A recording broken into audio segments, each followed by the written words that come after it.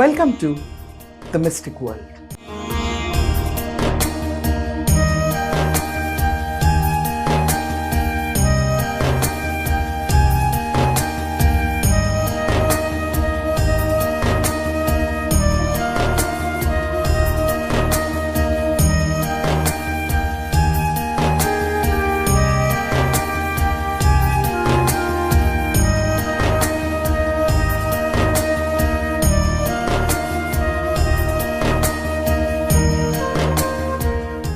మనిషి చనిపోయిన తర్వాత తిరిగి మళ్ళీ బ్రతికించచ్చా? మనిషి చనిపోయిన తర్వాత ఆత్మ ఏం చేస్తూ ఉంటుంది? ఇలాంటి ప్రశ్నలు చాలామందికి మైండ్లో తొలిచివేస్తూ ఉంటాయి. ఎస్పెషలీ వాళ్ళ కుటుంబ సభ్యులు ఎవరన్నా అప్పటికప్పుడు కాలం చేసినప్పుడు ఆ డెడ్ బాడీని ముందుంచుకున్నప్పుడు ప్రతి ఒక్కళ్ళు ఎదురు చూస్తూ ఉంటారు. నిజంగా చనిపోయారా?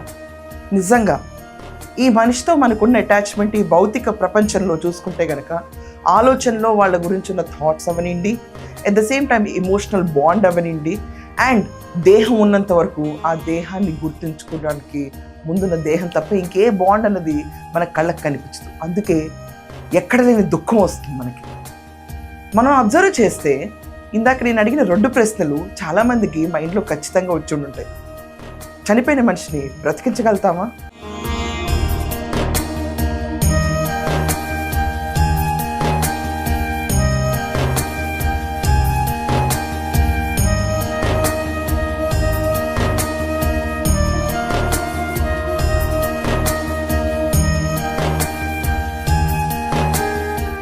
చనిపోయిన వాళ్ళని తిరిగి సజీవంగా తీసుకురావచ్చు అని చాలామంది ప్రూవ్ చేశారు. కానీ దానికి కొంత వ్యవధిలోపే చేయగలుగుతారు. 4 గంటల లోపు తాంత్రిక శక్తుల ద్వారా తెలిసిన ఒక మహాయోగులు కానీ లేకపోతే అఘోరాలు కానీ వీళ్ళు ఖచ్చితంగా మనిషి శరీరంలోకి తిరిగి ఆ ఆత్మని తీసుకురాగలుగుతారు. ఇదొక్కటే కానే కాదు, వాళ్ళకున్న దీర్ఘకాలిక సమస్యలన్నింటినీ కూడా తీర్చి సజీవంగా ఎంతో కాలం ఉండటానికి కూడా వాళ్ళు ప్రాప్తి ఇవ్వగలుగుతారు. దీనికి పర్ఫెక్ట్ ఎగ్జాంపుల్ ఒక యోగ ఆత్మకథ పుస్తకంలో పరమహంస యోగానంద గారు తనకెంతో ఇష్టమైన ఒక జింకపిల్ల చనిపోతే ఆ బాధని భరించలేక ఆ జింకపిల్లలోకి తిరిగి ఆ ఆత్మని ప్రవేశించబెడితే ఆ జింకపిల్ల బతుకుతూ ఉండి ఒకరోజు ఆ సోల్ పరమహంస యోగానంద గారితో కమ్యూనికేట్ చేస్తుంది. ఏమనంటే, ఇంకా నాతో కాదు, నేను అలసిపోయాను, నన్ను వెళ్ళనివ్వు అని. పరమహంస యోగానంద గారు ఆ టైంలో డెత్ని యాక్సెప్ట్ చేసి ఆ జింకపిల్లల శరీరంలోంచి ఆ ఆత్మని వదిలేస్తారు. ఇది ఒక యోగి ఆత్మకథ పుస్తకంలో రాసిన ఒక చాప్టర్ గురించి నేను మాట్లాడుతున్నాను.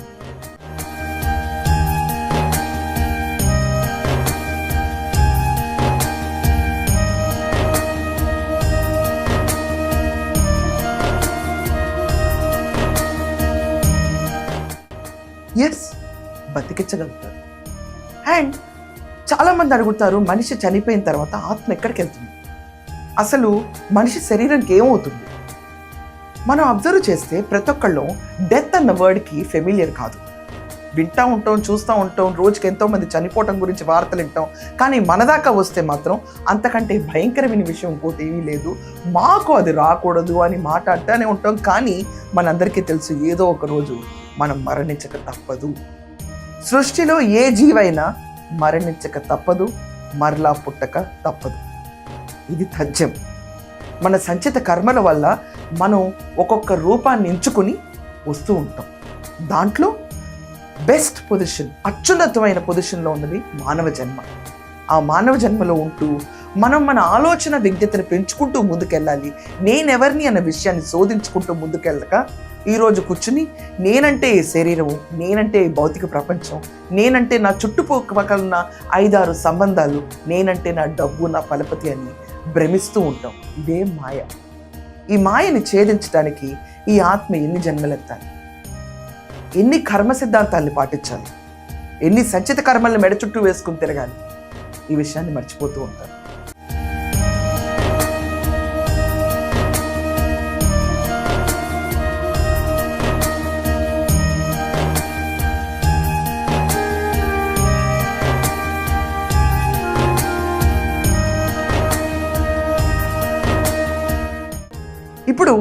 మెయిన్ టాపిక్లోకి వస్తే, ఒక మనిషి చనిపోయే ముందు జస్ట్ ఫ్రాక్షన్ ఆఫ్ సెకండ్స్ ముందు తన జీవితం అంతా చిత్రరూపేణ కనిపిస్తూ ఉంటుందంట. పుట్టినప్పటి నుంచి తను మరణించేదాకా ప్రతి ఒక్క ఫ్రేమ్ తన కళ్ళ ముందు తిరుగుతూ ఉంటుందంట. మనిషి ఎప్పుడైతే శరీరంలోంచి ఆత్మ బయటికి వెళ్ళిపోతుందో they declare him to be dead. అంటే దాంట్లో జీవం వదిలి వెళ్ళిపోయింది. జీవం అంటే ఏంటి? ప్రాణం. ప్రాణం అంటే ఏంటి? ఆత్మ. మనలో ఉన్న పరమాత్మ మన శరీరాన్ని వదిలి మన ఆత్మని బయటకు తీసేస్తాం. That means the soul has begin its journey. కానీ డెత్ అనేది ఎలా ఉంటుంది? చాలా సుఖమైన గాఢ నిద్రలోకి వెళ్తున్న ఫీలింగ్ ఇస్తుందంట. ఇలాంటి నిద్ర ఎప్పుడూ ఇంతకాలం మనం పుట్టెరిగిన తర్వాత పోలేదు అన్నంత సుఖాన్ని ఇస్తుందంట. ఒక డీప్ స్లీప్లోకి వెళ్తున్నప్పుడు పక్కన వాళ్ళు తట్టి లేపుతూ ఉంటారు చూడండి, లే లే ప్లీజ్ డోంట్ గివ్ అప్ అని చెప్పి. పక్కన చనిపోతున్నాడు, పక్కన చుట్టాలు అవనండి, బంధువులు అవనండి లేపడానికి ప్రయత్నిస్తారు. అది వాళ్ళకి చాలా డిస్టర్బింగ్గా అనిపిస్తుంది. ఎవరైనా మంచి నిద్రలోకి వెళ్తుంటే లేపుతుంటే ఎంత కోపం వస్తుందో, ఆత్మ ప్రయాణం మొదలవుతున్న తరుణంలో అంత సుఖ గాఢ నిద్రలోకి వెళ్తూ ఉంటుంది. They enjoy it. ఆ నిద్రలోకి వెళ్తున్న ఆత్మకి తెలియని కూడా తెలియదు తను ఈ బాడీ నుంచి బయటకు వెళ్ళిపోయింది. తను ఏ క్షణమైతే రియలైజ్ అవుతుందో ఈ బాడీని వదిలి తను బయటకు వచ్చిందని, ఆ విషయాన్ని కూడా భ్రమ కలగా భావిస్తూ ఉంటుంది. తిరిగి ఆ శరీరంలోకి రావటానికి ప్రయత్నిస్తూనే ఉంటుందంట. అందుచేతనే కాళ్ళు 2 దగ్గర పెట్టి కట్టేయండి, ముక్కులకు కాటన్ పెట్టండి, చెవులకు పెట్టండి, నవరంధ్రాలని మూసేయండి. ఎందుకంటే ఆత్మ నిరంతరంగా ప్రయత్నిస్తూ ఉంటుంది ఆ జీవుడు తన శరీరంలోకి ప్రవేశించటానికి అని. చాలామంది దాన్ని వేరే రకాలుగా తీసి కాళ్ళు చేతులు బీసుకుపోకముందే కట్టేద్దాం అన్న ఆలోచనలోకి తీసుకొచ్చారు. కానీ యాక్చువల్గా ఆత్మ ప్రవేశించకుండా ఉండటానికి ఈ చర్య తీసుకుంటారు.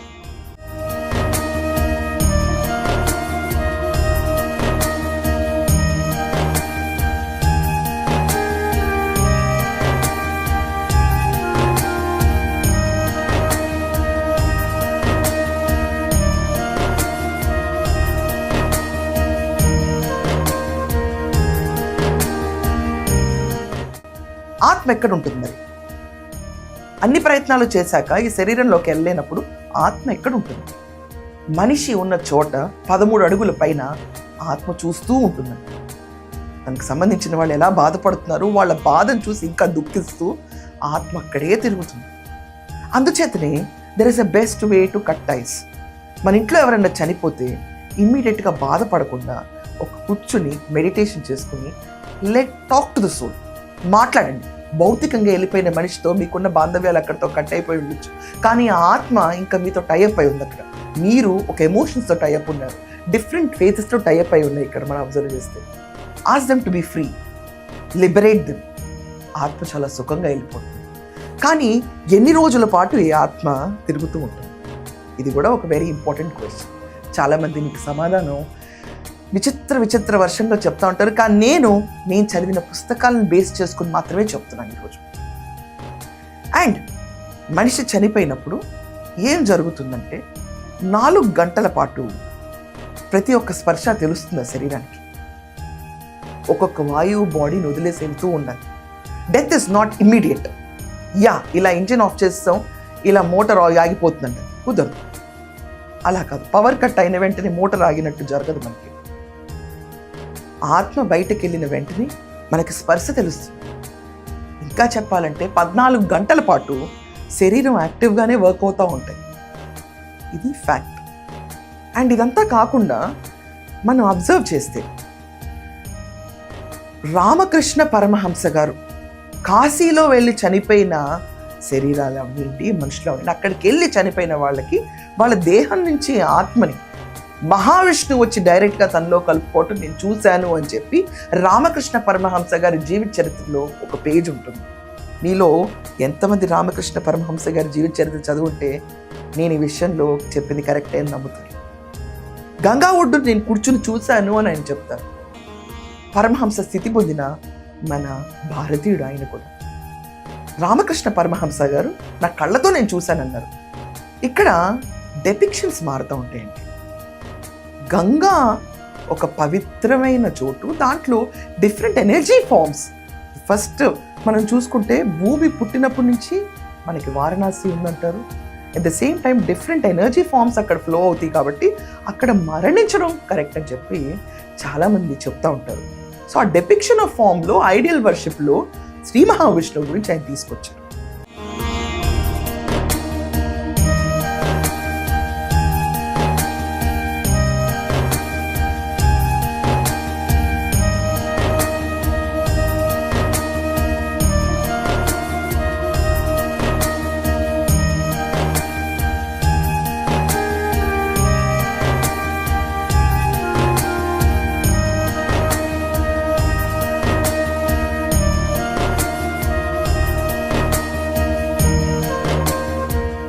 సో చనిపోయిన తర్వాత ఇప్పుడు మన ఆత్మలు ఏమవుతాయి?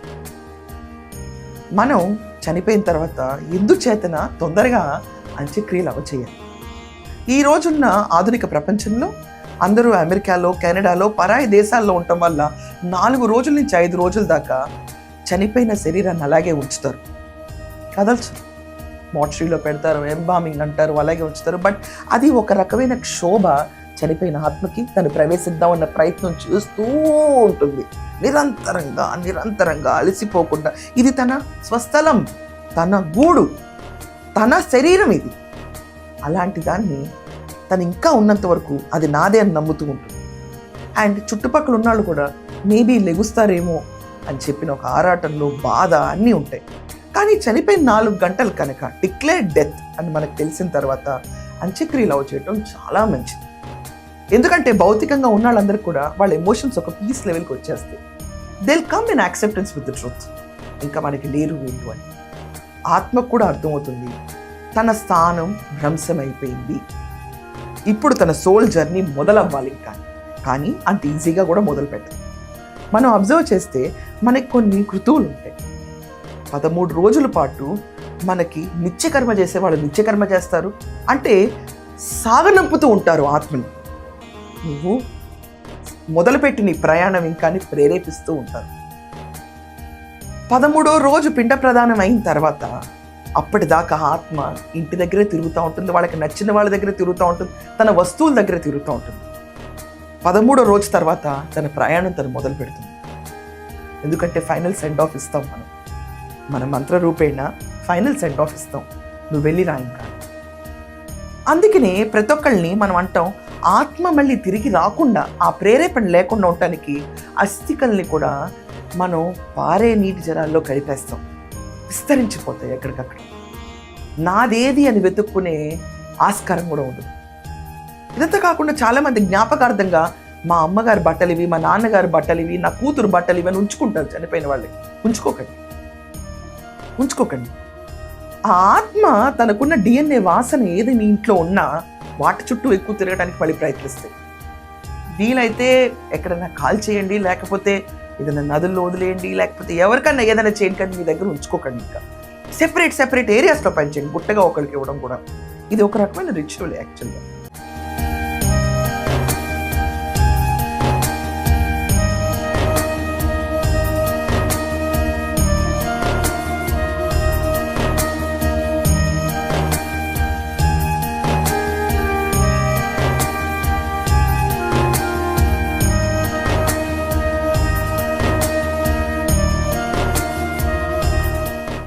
జ్ఞాపకం ఏంటి అంటే, మీరు హయ్యర్ లెవెల్ ఆఫ్ థాట్ ప్రాసెస్లో ఉంటే చాలామంది ఎగ్జాంపుల్స్ బయట ఉన్నాయి.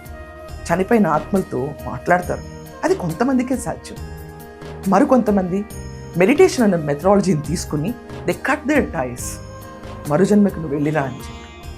ఇదంతా కాకుండా కొంతమంది ఇలాంటి వస్తువులు జాగ్రత్త పరుచుకుని నేను రోజు ఈ గుర్తులతో జీవిస్తాను అనుకుంటారు. అది చాలా తప్పు. వాళ్ళు లేరు, ఇంకా వాళ్ళ చాప్టర్ అయిపోయింది. మీతో వాళ్ళ సంచిత కర్మలు రుణానుబంధాలతో ఇంగువ కట్టిన బట్ట వాసన ఎలా వదలదో, వాళ్ళ కర్మ కూడా వాళ్ళలా వదలకుండా వచ్చే జన్మకి వాళ్ళకు కావాల్సిన జన్మ ఎలా ఉంటుందని వాళ్ళే చూస్ చేసుకుని ఇంకొక మదర్ వూమ్ నిన్నుకుని వాళ్ళు మళ్ళీ తిరిగి పుడతారు. అదృష్టం ఉంటే మీ కర్మ అంత బలంగా ఉంటే ఏదో రూపేణ మిమ్మల్ని కలుస్తారు. కలిసినప్పుడు మీరు గుర్తుపడతారో లేదో అది వేరే విషయం. కానీ రుణానుబంధే రూపేణ మనకి స్ట్రాంగ్గా ఉంటే కనుక ఏదో రకంగా కలిసి తీరుతాం. ఇది వాస్తవం.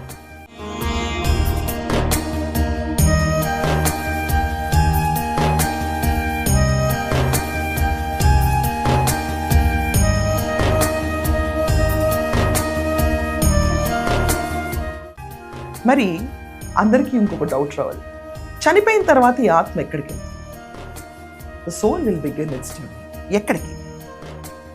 ప్రతి ఒక్కళ్ళు ఆలోచించినట్టు మనకి ఇక్కడ భూలోకం ఎలాగో అలాగే ఆస్ట్రల్ వరల్డ్స్ అనేవి మన కర్మ సిద్ధాంతం ప్రకారం మనం చేసుకున్న పుణ్య ఫలాల ప్రకారం థాట్ ప్రాసెస్, అగైన్ పుణ్యఫలాలు అంటే థాట్ ప్రాసెస్ రైట్యూస్ వేలో మనం ఉంటే కనుక మహా ఎన్లైటెన్ సోల్స్ యోగుల్ని అక్కడ మనం కలుస్తాం, మనం ట్రైనింగ్ కూడా పొందుతాం. ఇలాంటి వరల్డ్స్ కింద ఉంటాయి అదర్వైజ్. దాని తర్వాత మనకి ఎప్పుడైతే మన కర్మకి సరిపడా ఉన్న భూమి దొరుకుతుందో మళ్ళీ పుట్టక సైకిల్లోకి వస్తాం, మళ్ళీ జన్మిస్తాం, మళ్ళీ మరణిస్తాం. సో చాలా సింపుల్ అండి. If you are worried about death, you will not understand death. Be prepared for death. వచ్చి తీరుతుంది, ఈరోజా రేపా కొన్నేళ్ల తర్వాత. బట్ మరణం మాత్రం నిజం, మళ్ళీ పుట్టడం నిజం, మధ్యలో జరిగేది మొత్తం అబద్ధం. ఈ అబద్ధం మీద వృధా ప్రయాస టైంని వీక్షించకుండా నేనెవరిని అని ఆలోచించుకుంటూ తన జీవనాన్ని తను కొనసాగించగలిగితే గనక ఈ సంచిత కర్మల నుంచి బయటపడటానికి చాలా ఆస్కారం. ఇది నేను కాదు, నా పేరు నేను కాదు, ఈ శరీరం నేను కాదు, నేను వీళ్ళ కూతురుని కాదు, నేను వీళ్ళ భార్యని కాదు, నేను వీళ్ళ అక్కని కాదు. నువ్వే. ఆ నువ్వెవరో నీకు తెలుసా? అది తెలుసుకున్న రోజు మరణమైనా జననమైనా ఒకే రీతిలో కనిపిస్తుంది. అది చెంచనం లేని మనస్సు. సో నెక్స్ట్ ఎపిసోడ్లో ఆస్ట్రల్ వరల్డ్ గురించి డీటెయిల్గా ఎక్స్ప్లెయిన్ చేస్తాను. సోల్ జర్నీ గురించి ఇంకా డీటెయిల్గా ఈ మిస్టిక్ సైన్స్లో I will dive you all deep. That's all for now. Thank you.